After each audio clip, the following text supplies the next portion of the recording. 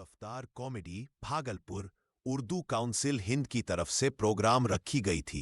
जितने भी अध्यक्ष और सभी को उर्दू हिंद वाले को चादर और गुलदस्ता देकर इतने सारे मुस्लिम मरीज हैं कि आप जमाने पड़ेगा पढ़ेगा भाई साहब। मैंने पिछले बार एग्जाम्पल दिया, मैं अभी भी दे रहा हूँ कि मेरा एक बूढ़ा आदमी, बूढ़ा पेशेंट हाथ पैर तोड़ा हुआ बैठा हुआ, उसके बगल में हमने हनुमान चालीसा रख दिया, उसको दिन भर में हनुमान चालीसा पढ़ गया 4 बार।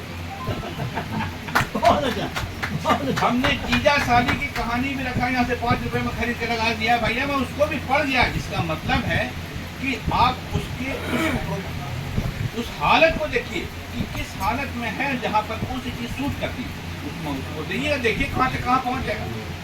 तो हम उसको एक्सप्लोर नहीं करते। प्रॉब्लम इस जंग में हम एक्सप्लोर नहीं, इस वक्त में जो एक्सप्लोरेशन चाहिए वो कर रहे हैं। हम उस पुराने तरीक़ेकार को देख करके रोना रो रहे हैं। मैं इस बात का कतई कायल नहीं हूँ। मुझे लगता है कि इस मॉडर्न दौर में उर्दू ज़ुबान, उनकी तारीखी हैसियत और फिर पत्रकारिता में जो हिंदी बोलते हैं सहाफ़त में, इसका इतना बड़ा रोल है। मतलब एक्सप्लोर करके सामने लाके बताने वाला नहीं। दूसरी चीज़ मुझे ख़राब लग रहा है कि हम भी बचपन में अपना रुमाल लगा के क्लास में गाया करते थे, तो आज इसी तरह से हम उसको सामने रख करके गा रहे हैं, भाई बता रहे हैं जो भी कर रहे हैं। लेकिन मैं जो बोला हूँ उसको मैंने रिकॉर्ड किया, देख लीजिए रिकॉर्ड किया है। किसके लिए रिकॉर्ड किया? मैं अपने बंदों के लिए, कि उनके सामने मैं क्या बोला हूँ। आप भी ये देखिए, बहुत इंपॉर्टेंस रखता है कि अपनी बातों को रिकॉर्ड करके कायदे से कहाँ रखिएगा, किसको दिखाइएगा, किसको समझिएगा। जो आदमी दूसरे को इन्फ्लुएंस कर दिया वो आगे बढ़ेगा। लास्ट में एक बात बोलना जरूरी है कि हम एक अपना रेस्टोरेंट लेकर आ रहे हैं, रेस्टोरेंट कम कॉन्फ्रेंस हॉल। इसमें ये सफोकेशन नहीं होगा, लेमन बिस्ट्रो के नाम से ला रहे हैं कि इस वक्त कॉफ़ी हाउस का कंसेप्ट खत्म हो गया कि जहां आदमी आए मुख्तलिफ मौजू पर गुफ्तगू करे, इस तरह के सफोकेटिंग माहौल में नहीं। ठीक है, तो अभी हम उसको इनॉग्रेट नहीं कर रहे हैं, लेकिन अगर आप शाम में 7 बजे से 9-10 बजे रात तक खोले रखते हैं, जो अंदर घुसा तो चाय और नाश्ता तो मुफ्त में कराएंगे ही कराएंगे। लेकिन हाँ भाई, नहीं खोल रहे हैं इसलिए कि भाई ये सावन का महीना है, सबों के इतराज है कि सावन में कीजिए, भादों में कीजिए भाई साहब। तो ठीक है, भादों का इंतजार है, लेकिन मैं देख रहा हूँ, क्यों कर रहा हूँ, जितने एलाइट क्लास के लोग हैं जिनके पास पैसा है, कोई वो शादी का वो खोल रहा, कोई होटल का, कोई एक ऐसा कॉन्फ्रेंस हॉल जो उसी के लिए इनबिल्ट हो, जहाँ पर आप ऑनलाइन कॉन्फ्रेंस कर सकते हैं, कोई ये नहीं सुनता। मैं यहाँ पर हमारे प्रिंसिपल साहब भी आए हुए हैं PNB कॉलेज का, हम I am very lucky in that sense कि उनको भी हम मदू करें। मेरा आदमी जाएगा उनके पास, बुलाएगा उनको, आइए देखिए साहब कहाँ पर हैं। क्यों हम अपने जितने भी मेहमानों को बाहर से बुलाते हैं एग्जाम के लिए, हमको भी मन करता है किसी अच्छी जगह बैठाते, जहाँ का एम तरफ से मुबारकबाद भी दे रहा हूँ। वो तो बात ही नहीं करते, आप कम से कम इतनी जद्दोजहद तो कर रहे हैं, बात तो कर रहे हैं। और जब बात करेंगे तो बात बनेगी, ख्यालात आएंगे, रास्ते निकलेंगे और फिर उस पर अमल करेंगे। हम समझते हैं कि हम आगे नहीं बढ़ेंगे। इतिहास पर होने से फिर हमारी तैयारी कैसे थी, हम ये थे, हम वो। मैं ये कहना चाह रहा था कि एक जवान जो है, सरकार उसको फरोग दे सकती है। अगर फरोग नहीं देगी तो जवान थोड़े मर जाती है, आवाम उसको चला।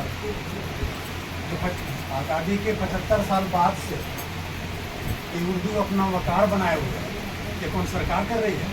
वो सब चीज़ से ख़त्म कर रही है।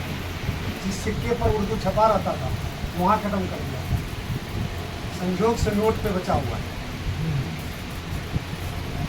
जो नोट है जिस पर कि सेक्रेटरी का दस्तखत होता है या फिर गवर्नर का दस्तखत होता है, वहाँ बचा हुआ है।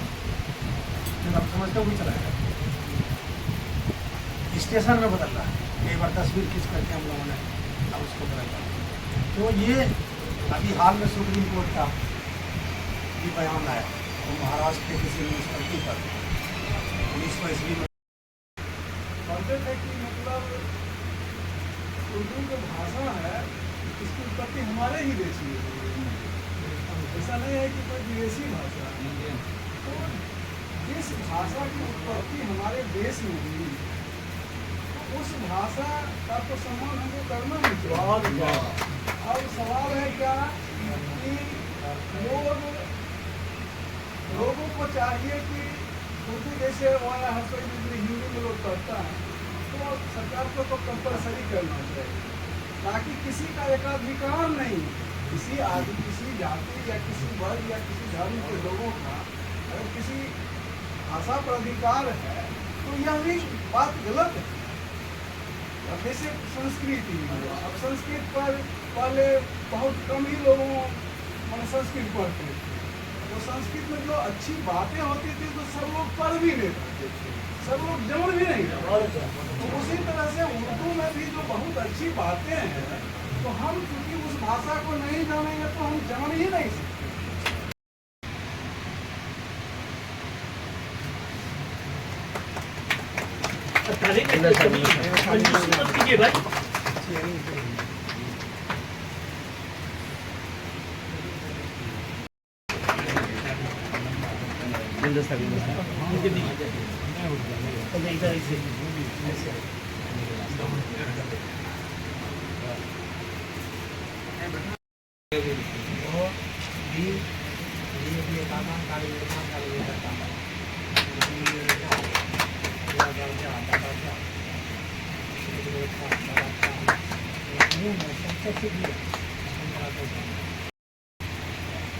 ये तस्वीर छूटे नहीं भाई।